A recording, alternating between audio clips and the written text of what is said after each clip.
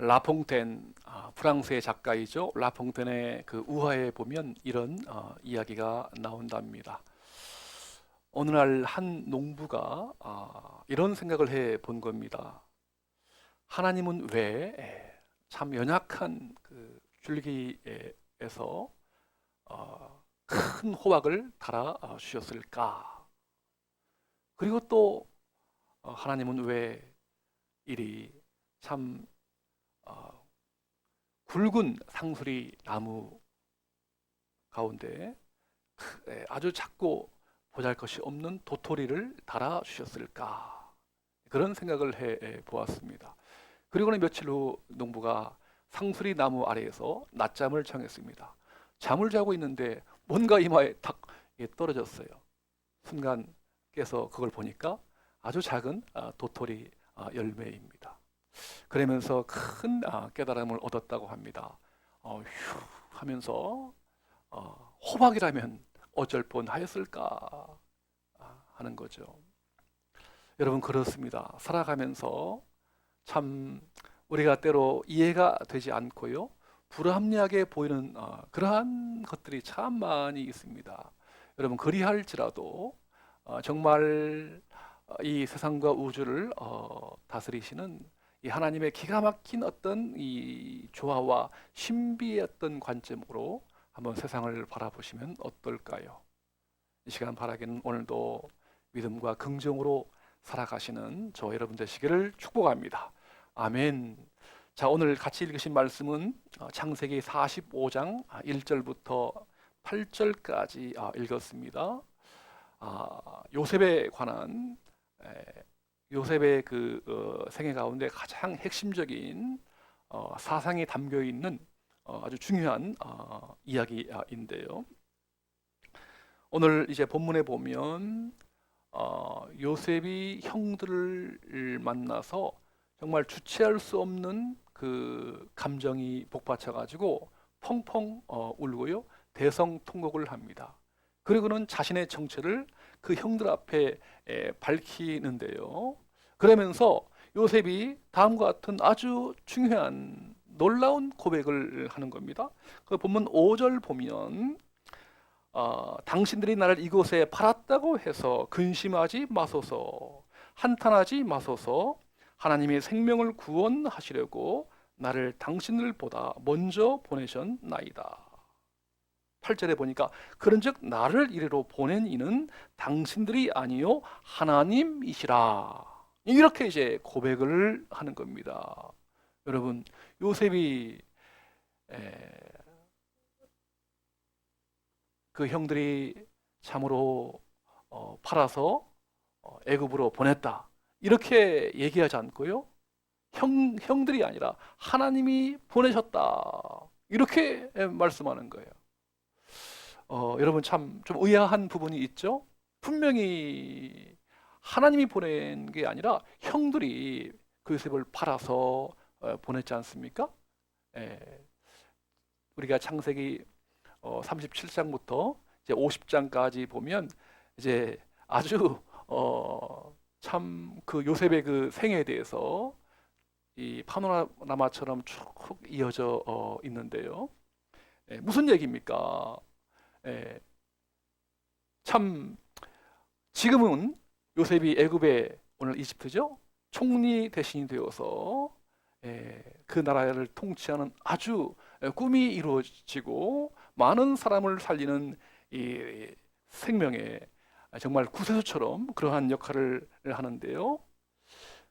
세월을 거슬러 올라가 뒤돌아 보면 요셉의 나이 몇 살? 17살 때 꿈을 꾸게 되죠. 그 형들이 자기 앞에 절을 하는 꿈을 꾸게 되면서 그 형들의 미움을 받아가지고 결국 형들이 지나가는 이스마엘 상인들한테 요셉을 은 20냥 받고서 팔아치웁니다. 그리고 애굽으로 보낸 겁니다. 네.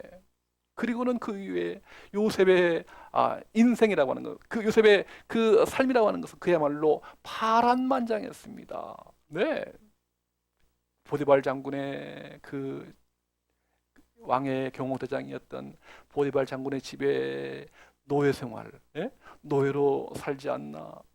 거기서 또 열심히 일해가지고 가정 총무가 되었지만 그 주인의 아내를 겁탈했다는, 이러한 성추행했다고 하는 말도 안 되는 이 누명을 쓰고 감옥에 가죠. 네, 감옥에서 또 참, 그 이제 정치범들, 수용되어 있는 정치범들 중에서 떡 맡은 관원장과 술 맡은 그 신하의 꿈을 해몽해 주면서 그들이 이제 복직하게 되는데, 그리고는 또 바로 왕의 꿈을 꾸는데 꿈을 해석할 자가 없게 되죠. 그러면서 이 요셉이 바로 왕의 꿈을 해몽해 주면서 그 왕으로 하여금 참으로 요셉의 말로 그 꿈대로 7년대 풍년과 7년대 흉년이 올 것이다, 그러한 꿈에 대한 대안을 세워줄 사람은 바로 요셉밖에 없다. 그래가지고 결국 요셉이 꿈대로 애굽의 통치자, 왕 다음 가는 총리가 되어서 결국 이제 7년 풍년이 끝나고 7년 대 흉년이 시작하면서 애굽뿐 아니라 온 고대 근동의 그 지방에 흉년이 들게 되죠. 그러면서 가나안 땅에 살고 있었던 형들이 먹을 것, 양식이 없어서 양식을 구하러 애굽에 오게 되는데 22년 만에 17살 때 배웠던 그 형제 요셉과 형들인데 39살, 무려 22년의 세월이 흐른 다음에 아주 정말 놀라운 이 제 상봉의 시간이 되었던 거죠. 여러분, 하나님이 보낸 게 아니라 형들이 팔아치운 것이다. 그렇게 여러분 한번 생각해 본다면 어떻습니까? 절대로요, 결단코 이 요셉이 형들의 어떤 그 팔아치움에 대해서 용서가 안 됩니다. 그렇죠? 용서가 안 됩니다. 네. 그래서 이제 형들을 용서하지 못하고, 정말 용서가 아니라 이 복수의 칼날, 그렇죠? 복수의 칼날을 가지고서 아마 칼을 갈았을 겁니다. 내가 형들을 만나게 하면 반드시 내가 죽일 것이다.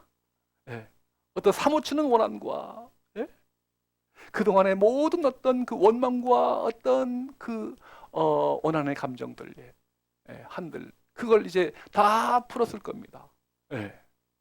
나로 하여금 이렇게 정말 억울한, 감당할 수 없는 이 고난과 억울한 일들 당하게 했던 그 창본이 바로 형들이다. 절대로 용서가 안 되고,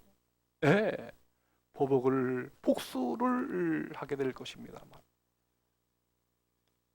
여러분 살아가면서 그렇습니다. 참 내 마음대로, 내 인생은 내 것이다 하면서 내 생각, 내 입장, 내 주관대로 우리가 행동하고 말을 하고 살아간다면 어떻게 되겠어요? 그건 인본주의라고 하죠. 내 인생은 내 것이라고 하면서 내 마음대로, 내 스스로의 어떤 힘에 의해서, 노력에 의해서 인생을 살아가는, 그렇게 살아간다면 이 세상이 어떻게 되겠어요? 지난 1월 25일이죠. 그 배현진 국회의원 강남의 한 빌딩에서 이제 그 오후에 나오는데 웬 사람이 다가가서 주먹만한 돌을 가지고서 그 배현진 국회의원의 그 뒷목 부분을 말이죠, 머리를 내리친 겁니다. 보니까 18초 사이에요, 무려 10몇 번의 돌로 내리친 겁니다. 그러니 그 피가 낭자하고 결국 1cm의 어떤 상처가 생겨서 봉합 수술을 해야 했던 이런 끔찍한 테러가 백주대낮에 벌어진 거예요. 그 이제 그 사람 잡고서 보니까 14살 중학교 2학년이에요. 이야, 참 이해가 안 되죠. 중2가 뭘 아는지 모르겠지만 정신질환이 좀 있다고 하는데, 어쨌든 간에 정말 자기 생각, 자기 입장, 자기 주관에 맞지 않으면 모든 게 다 정말 원망거리고 불평거리기 때문에 내가 적으로 돌리고서 혐오하고 복수하고 그렇게 하는 거죠. 하나 여러분 단적인 하나 예에 불과합니다만 지금은 사람들이 그래요. 나와 어떤 그 생각에 맞지 않으면 정말 적으로 몰고 혐오하고 비난하고 배척하고 대립하고 갈등하는 이런 이 풍조가 우리 대한민국 사회에, 아니 우리 사회 전체에 있지 않나, 그런 생각을 해 본답니다. 오늘 여러분 다시 한번 오늘 말씀으로 돌아가 보면, 오늘 하나님께서는 요셉으로 하여금 정말 어떤 인간적인 생각으로 형들을 대하지 않고 하나님의 마음으로, 하나님의 관점으로 형들을 대하기를 원합니다. 보복과 복수가 아니라 정말 화해와 용서를 통해서 요셉도 살고 형들도 살고 그 형들의 후손들도, 더 나아가 한 나라의 전체가 다 정말 구원을 베푸는, 생명을 살리는 이러한 아름다운 열매를 낳게 해주고 싶어 하는 것이 아버지 하나님의 마음이십니다. 아멘, 아멘.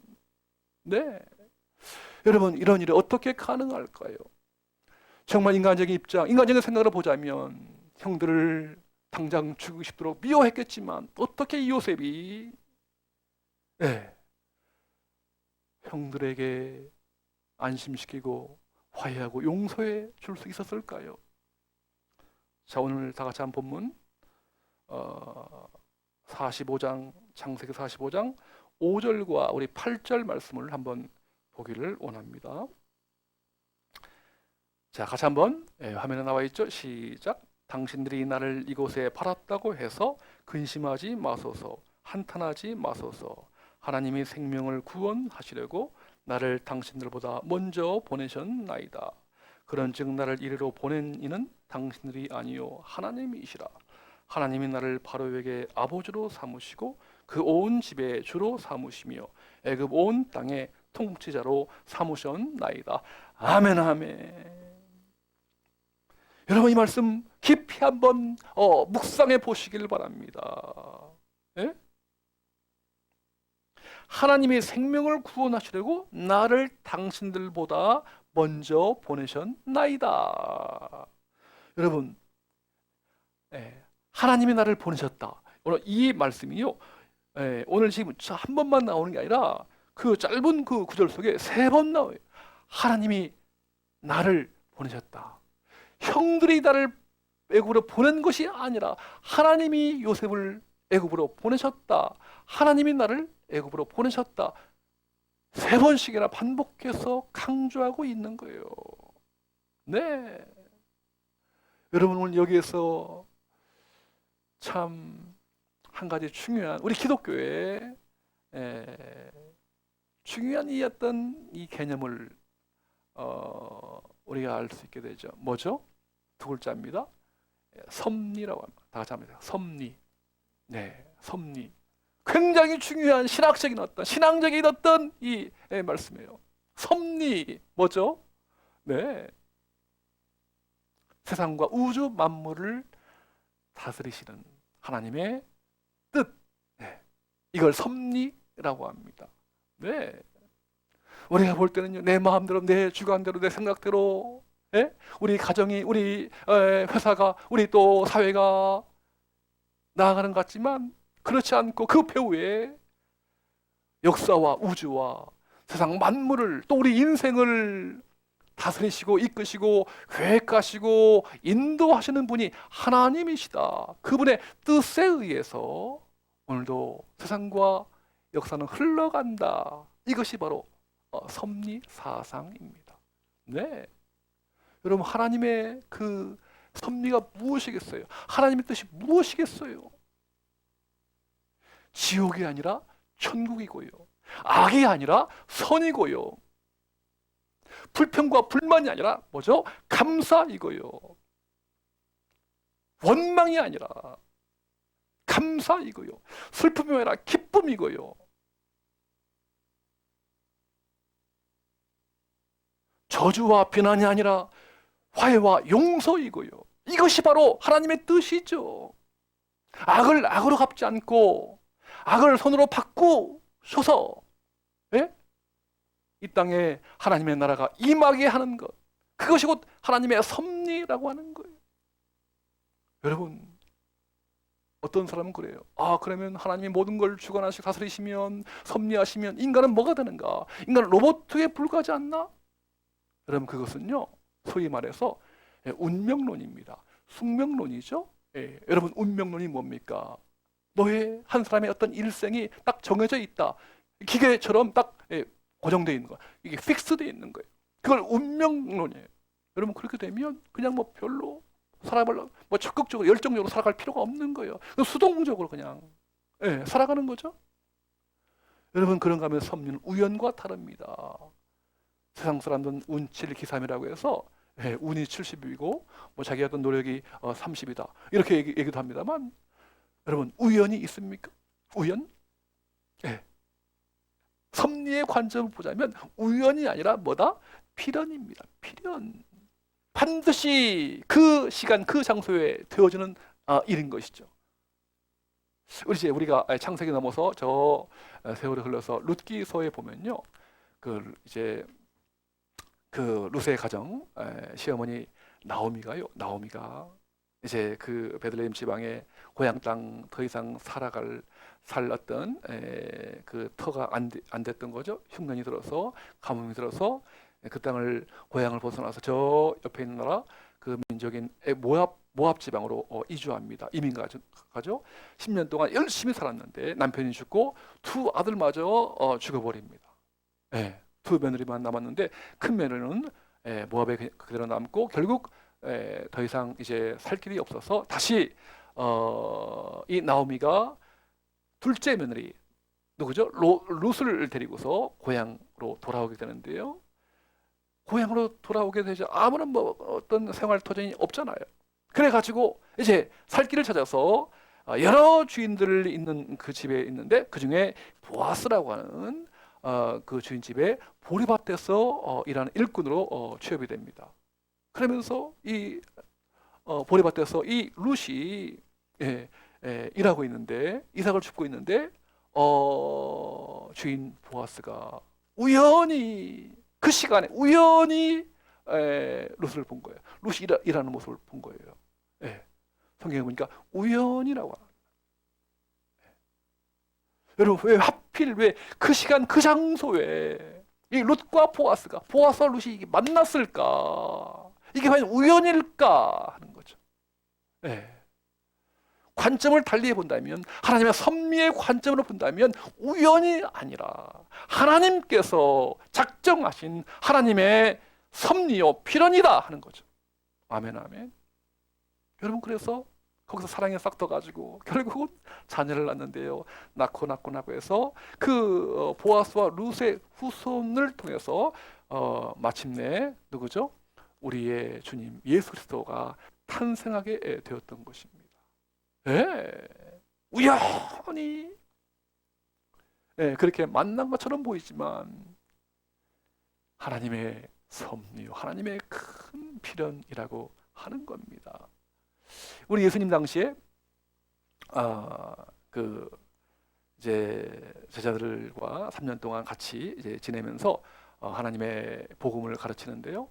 한 번은 예수님께서 결국 이제 십자가에 달리시기 전에 제자들한테 4번씩이나, 정확히 4번씩이나 나는 이제 사람들한테 배신 받아서 당해서 고난받고 십자가에 돌아가 죽는다 이렇게 예고합니다. 그 말씀을 들은 수제자 누구죠? 베드로가 안 됩니다. 절대로 그럴 수 없습니다, 주님. 어떻게 주님이 십자가에 죽습니까? 안 됩니다.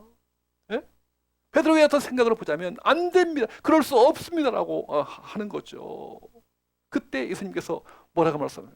사탄아, 베드로를 향해서 사탄아, 내 뒤로 물러가라. 너는 하나님의 일을 생각하지 않고 사람의 일을 생각하는도다. 그렇게 말씀합니다. 베드로를 책망합니다. 그렇죠, 여러분. 만일 베드로에서 생각대로 되어졌다면 어떻게 되죠?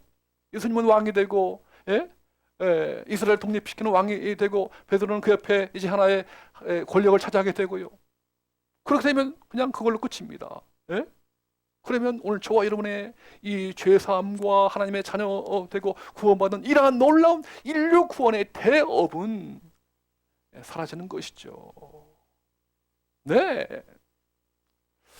여러분, 그렇기 때문에 정말 어떤 나의 생각, 나의 뜻대로 어떤 인간의 어떤 관점으로 세상을 살다 보면요, 이게 뒤죽박죽 엉망이 되고 막 누구나 다 1등이 되고 싶고요, 부자가 되고 싶고요, 다 대통령이 되고 싶고요. 그러면 누가 밑에서 일합니까? 예? 이게 눈에 보이지 않는 어떤 손이 있다고 하는 거예요. 그분이 누굽니까? 하나님이시라는 거죠. 여러분, 그렇습니다. 바로 섭리. 예. 눈에 보이지 않지만 보이지 않는 손, 하나님에 의해서 이 모든 역사와 세상 만물과 우주가 다스려진다 하는 거죠. 여러분, 그럴 때 감사가, 그럴 때 긍정, 그럴 때 믿음이 있고요. 저도 이제 지나온 세월을 쭉 돌아보았거든요. 지나온 인생, 지나간 인생을 쭉 돌아보면 참 잘한 것도 있고요, 또 성취한 것도 있고요, 성공한 것도 있고요. 그렇지만 때로는 아쉽고 후회스럽고 잘못한 일들도 많이 있습니다. 정말 그 중에, 예? 이렇게 살지 않고 다른 길로 선택했더라면 내 인생에 달라질 건데, 그런 어떤 결정적인 아쉬움과 후회스러운 부분들이 있어요. 네, 여러분, 그런데요, 제가 오늘도 긍정한, 오늘도 감사하는, 감사하게 생각하는 이유는요, 정말 내 뜻대로, 내 계획대로, 내 마음대로 안 됐을지라도 하나님의 거대한 거대한 그림을 맞추시는, 퍼즐을 맞추시는 하나님의 섭리를 믿기 때문에 오늘도 오늘도 기뻐하고 오늘도 하나님 앞에 예배할 수 있게 되는 것입니다. 아멘, 아멘. 여러분, 저뿐이겠습니까? 오늘 저와 여러분들 한번 인생을 쭉 돌아보십시오. 때로는 참 말로 닿을 수 없는 고난과 고통이 있을지라도, 여러분, 그럴지라도 하나님을 사랑하는 자에게는 모든 것이 합력하여 선을 이루시는 하나님의 섭리를 믿으시는 저와 여러분 되시기를 주님의 이름으로 축원합니다. 아멘, 아멘. 지금 중동 카타르라고 하는 나라에서요, 아시안컵, 아시아에 있는 모든 나라 선발된 그 나라 팀들이요, 아시안컵이라고 해서 축구 대회가 열리고 있습니다. 대한민국 팀이요, 지금까지 역사상 정말 최정예 호화 멤버다, 역대 최강이다. 그래서 목표가 지금 우승인데요. 막상 대회를 이제 뚜껑을 열어보니까 와우, 예상과는 달리 이게 대한민국 팀이 정말 뭐 가볍게 완승하는 게 아니라 처음부터 막 어렵게 그냥 겨우겨우 이렇게 올라오고 있어요. 조별리그 2등으로 이제 통과해가지고 지난주에요, 16강 누구죠? 대한민국과 사우디아라비아 경기가 열렸습니다.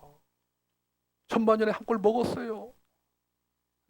전후반 우리가 열심히 참 노력했습니다만 전후반 정규 시간 90분 안에도 1대0입니다. 추가 시간 10분이 주어졌어요. 이제 그래서 9분, 8분, 7분, 6분 이렇게 하다가 1분 남았습니다. 이제 거의 끝났습니다. 그죠? 폐색이 짙어졌어요. 그냥 이제는 그냥 포기해도 할 말이 없습니다. 그래서 더 이상 못 보고요, 그냥 새벽이라서 잠을 청한 사람들 많이 있다고 합니다. 이제는 뭐 볼 거 없이 그냥 진 경기니까. 그런데요, 1분 남겨놓고 종료 추가 시간 1분 남겨놓고 어떤 일이 벌어진지 여러분 아시죠? 그 김태환 선수가요, 왼쪽 그 발로 크로스를 탁 올려가지고 설령우 헤딩으로 연결해서 결국 조규성에 의해서 조규성이가 헤딩으로 골망을 흔들었어요. 정말 여러분, 제가 참 이 축구 경기를 보기도 하고요, 또 하기도 합니다만, 이런 일은 참 아주 희한한, 아주 극적인 일이에요. 네. 그런데요, 그래서 이제 결국 연장전 승부차기를 거쳐서 우리가 이겼죠. 8강 엊그저께 8강 경기가 열렸는데 대한민국과 누구죠? 호주 경기입니다. 네. 역시 똑같아. 거의 흡사하게 전반전 한 골 먹고 정규 시간 90분 되도록 우리가 1대0으로 밀렸어요. 네. 추가 시간 7분 주어졌습니다. 네. 7분, 6분, 5분, 4분, 3분, 2분. 아무런 변화가 없는 거예요. 예, 역시 1분 남겨놓고 손흥민이가 그 페널티 라인에서 드리블로 치고 들어가다가 그만 상대방이 태클을 걸어가지고 페널티킥이 선언된 거예요. 와, 종료식 1분 남겨놓고 페널티킥이 돼가지고 황희찬이가 골인 해가지고 1대1 동점 연장전에 들어가서 또다시 프리킥 얻어가지고 손흥민이 그 프리킥을 찾는데 기가 막히게 프리킥으로 한 골을 더 넣어서 2대1로 역전승한 것입니다. 어떤 분은 그래요. 크리스만 감독은 우주의 기운을 다 받았다. 우주의 기운을 다 받아서 이긴 것이다. 크리스만 감독은 축구 감독이 아니라 영화 감독. 한 편의 드라마다. 정말 한 편의 영화다. 그럴 정도로 정말 아주 기가 막힌요. 우리 어떤 상식으로, 우리 어떤 생각으로 있을 수 없는 일이 벌어진 거예요. 네. 여러분, 사람의 어떤 생각으로 보자면 있을 수 없는 일이에요. 그렇죠? 여러분, 그것까지라도 정말 인간의 어떤 생사화복과 여러 가지 인간이 여러 가지 생각하고 판단하고 행동을 합니다만 그 결과에 대해서는 바로 하나님의 섭리인 것입니다. 네. 사랑하는 여러분, 오늘 여러분의 인생을 한번 돌아보시길 바랍니다. 여러분의 인생은 어떠신지요? 때로 성공과 성취의 기쁨과 아울러 실패와 고난의 아픔도 경험하였을 것입니다. 내 노력과 내 경험대로, 내 계획대로 삶이 이루어졌는지요? 여러분, 섭리의 관점으로 한번 인생을 재해석해 보시기를 바랍니다.